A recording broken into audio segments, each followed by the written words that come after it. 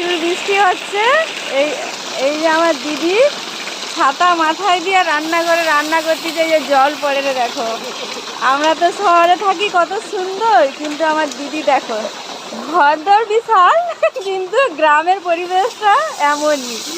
এই রান্নাটা কাদের কাদের পছন্দ বলো? যে বৃষ্টিতে ছাতা ধরে, মানে খারাপও লাগছে আবার ভালোও লাগছে, কিন্তু কিছু করার নেই। আর তোমরা কি বলো বলো, কষ্ট করে কেমন রান্না করে দেখছো তো। আমার দিদি কিন্তু প্রচুর কষ্ট করে, প্রচুর, মানে সেটা বলে বুঝাতে পারবো না। রান্নাঘর করলে মানে সারাইলে সারানো যাবে, কিন্তু সারানোর মতন মানুষ এখন অসুস্থ। তোমরা তো জানো আমার জামাইবাবু অসুস্থ, তার জন্য আর বাড়িতে কেউ থাকেই নি, দিদি একা। এই জন্য ঠিকঠাক মতন সব কিছু যেটা গুছিয়ে উঠতে পারেনি।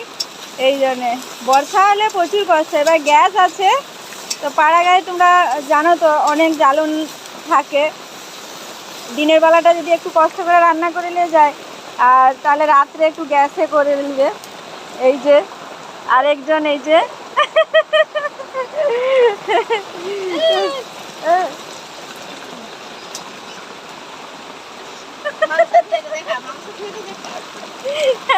আজকে দিদির ঘরে ভালো মন্দ হচ্ছে, তো যারা যারা খেতে চাও সবাই চলে আসো। আর এই যে দেখো